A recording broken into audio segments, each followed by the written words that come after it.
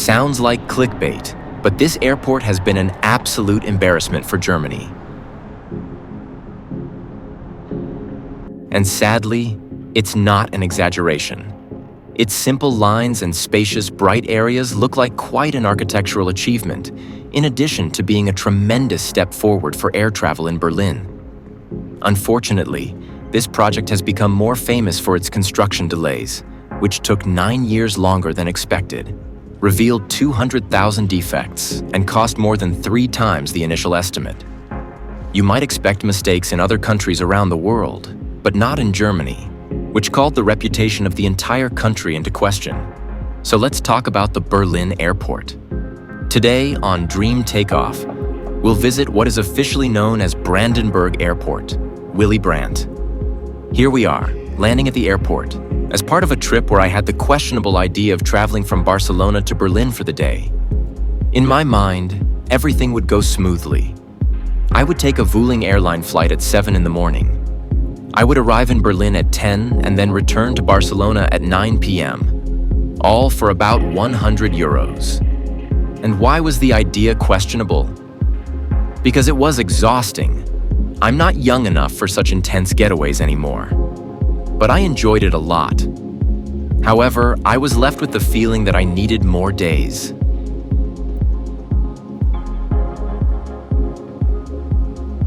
Specifically, we arrived at Terminal 2, one of the 2 terminals currently operating. The excessively straight design of the airport looks very imposing, but also very sober, like the stereotype of Germans themselves. After walking through rather enclosed corridors, you arrive at this central shopping area, which has a style somewhere between clean and industrial, and where you can buy food, books, and souvenirs. You must go through these gates to claim your baggage from here. There's no passage through the international police because I was traveling within the Schengen area. And then we arrived at the baggage claim area. There are only 3 carousels, and I don't know if you can tell in the video, but I don't know if it's the design or the colors, but the space looks quite tight. It's not narrow, but it also doesn't give the feeling of spaciousness of other airports.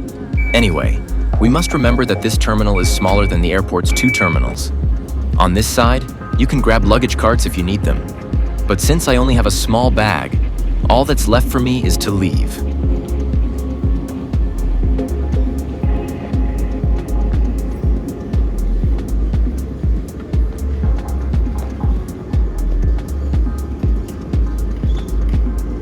This is what the exit of the baggage area looks like. The police office is on one side, next to the doors to leave the terminal. Here, there's an express convenience store and, further on, a coffee shop. This is in front of the Terminal 2 check-in area, which looks quite small and has few spaces. But if you want to see more space, we'll go to Terminal 1, since my plan is to go to the city of Berlin. And to get to the city center, we can take the Airport Express train, regional trains, or the S-Bahn's S9 and S45, but all of them are taken at that other terminal. To get there, we have to take this outdoor path. And yes, in a video that annoyed several of you, I complained about the journey between the 2 terminals at the Santiago airport. But at least there's a covered alternative there. Here I don't see any.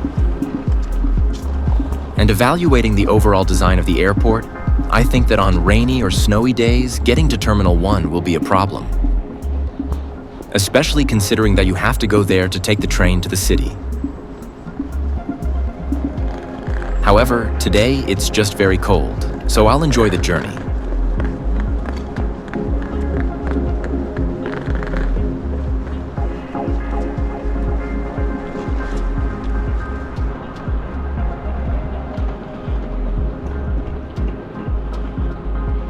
Here you can see the exterior of Terminal 2, which, although it has the same rectangular and minimalist style as the entire airport, has 2 significant differences.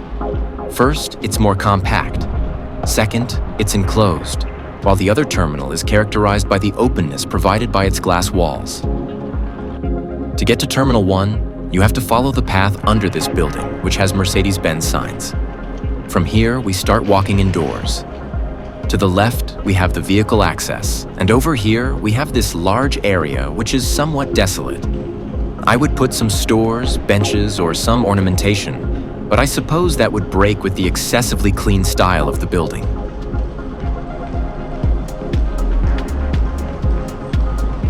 The Berlin Airport, with both terminals, owes its name to Herbert Ernst Karl Fromm, better known as Willy Brandt, who was the Chancellor of Germany between 1969 and 1974.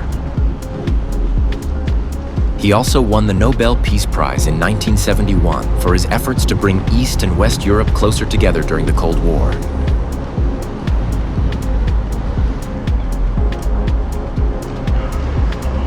This airport was inaugurated on October 31st, 2020. In the previously occupied by Berlin-Schönefeld Airport, and it replaced that airport and the other two air terminals of the German capital, Tegel and Tempelhof. Although the latter had already closed in 2008. The airport has 3 terminals. Terminal 2, where I arrived, Terminal 1, which is the largest, and Terminal 5, which is currently closed but has had the most eventful life of all. It was the old Schönefeld Airport, which was modernized as Terminal 5 of the new airport. Then they closed it due to low demand during the COVID-19 pandemic, supposedly temporarily.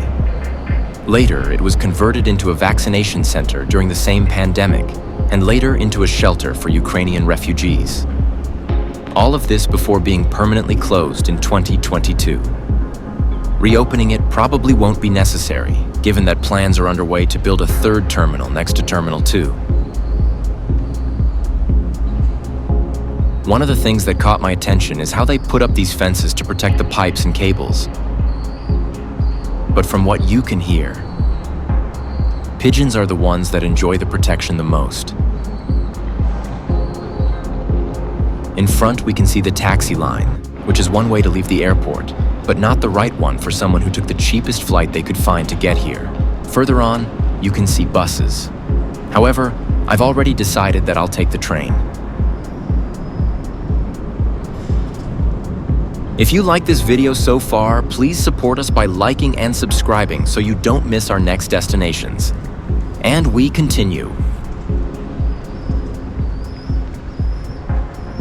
We take this entire path to enter Terminal 1. Along this path, we finally arrive at the ground floor, which is the arrivals level. Here, we also find a large part of this airport's commercial area with shops and restaurants.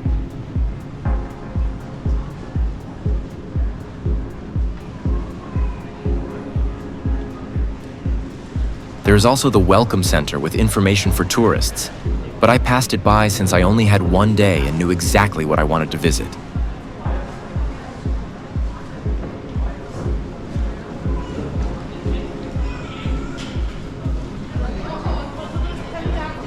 On the right side, we can see the gate where passengers arrive. If we continue walking, we will find a Burger King and some other stores with several open and clear spaces for transit.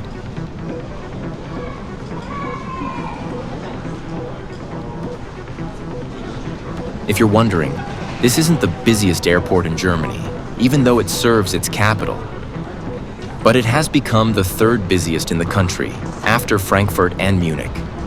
And it's number 24 in Europe, which is no small feat considering that here we have giants like those in London, Istanbul, or Paris.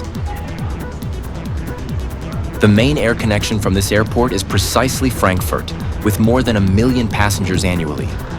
Outside of Germany, but within Europe, its main destination is Amsterdam. And outside of Europe, it's Antalya in Turkey.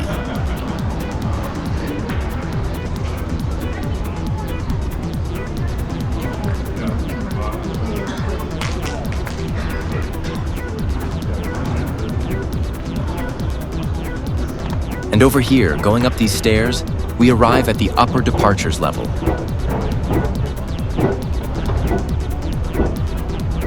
This red sculpture above us that looks like a magic carpet is precisely called the Magic Carpet, and it's the work of the American artist Pei White.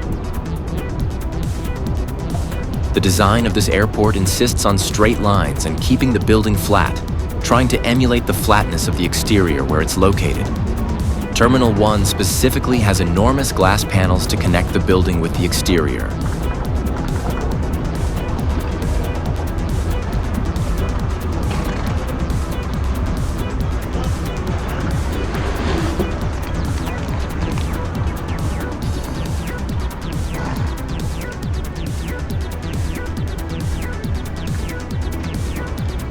Terminal 1 is the largest.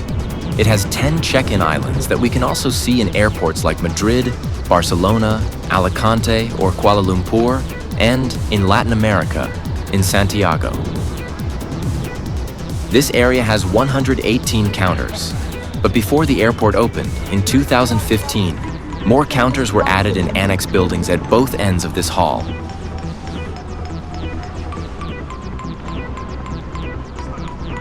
If something stands out, they are smaller than you see in those airports I mentioned.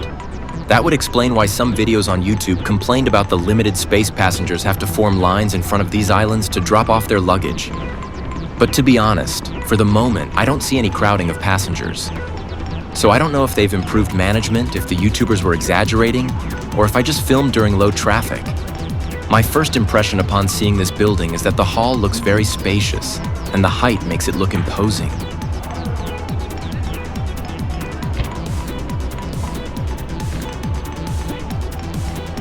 Although we have these check-in islands on both sides, you can move around comfortably. Also, for my taste, the wood paneling on the counters and the tone of the floor add warmth to this space of straight lines and glass.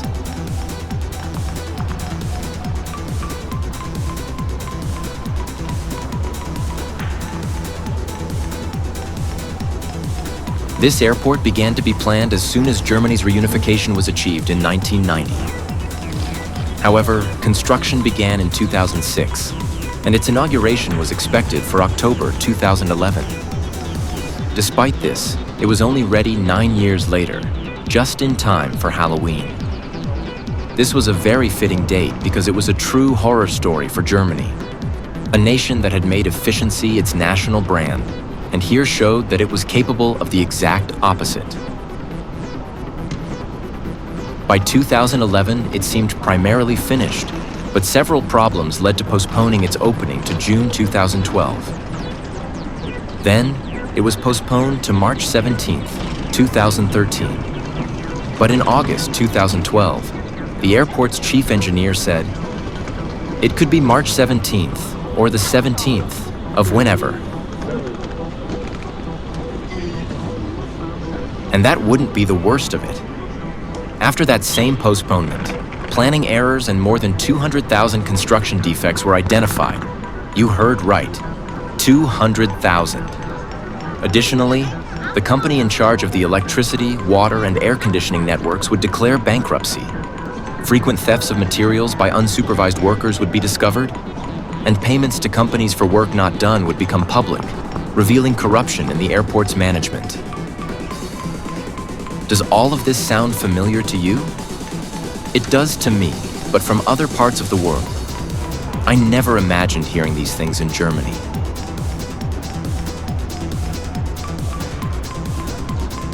Events like this would explain why the 2 billion euros that the project was initially going to cost multiplied to 7 billion.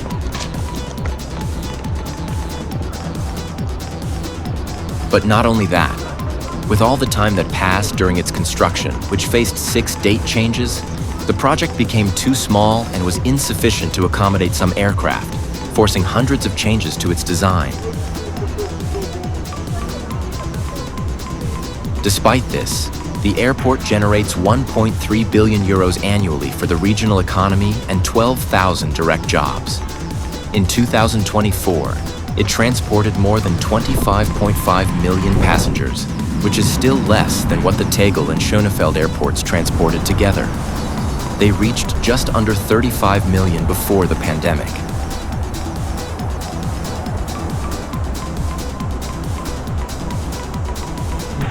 According to statistics published on the official Berlin website, this airport was initially designed for 27 million passengers, but it can currently handle 46 million. When the third runway and Terminal 3 are built, the number could even reach 50 million. To finish my visit to this airport, I want to show you the exterior area, where this straight roof again predominates. I find it remarkable how integrated the outside looks with the inside, thanks to the glass walls and the fact that there isn't a ditch separating the building from the street, as in Madrid, Santiago, or Mexico City. Outside, we also find this Mercedes-Benz airport service. According to what I found online, here you can rent Mercedes-Benz cars and hire a chauffeur service. Obviously, it functions as an advertising point for this famous German brand.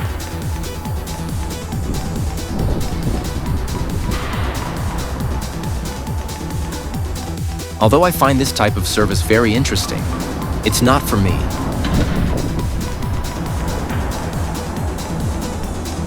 I already told you that this trip was low cost, so I'll say goodbye by buying a day pass for the Berlin trains and subways for 12.3 euros at the airport machines.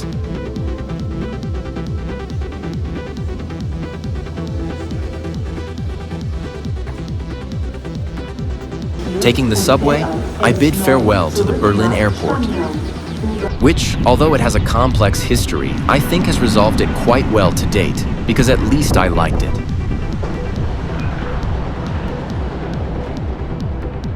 If you liked the video, don't forget to like and subscribe so you don't miss the next destination here on Dreamed Takeoff.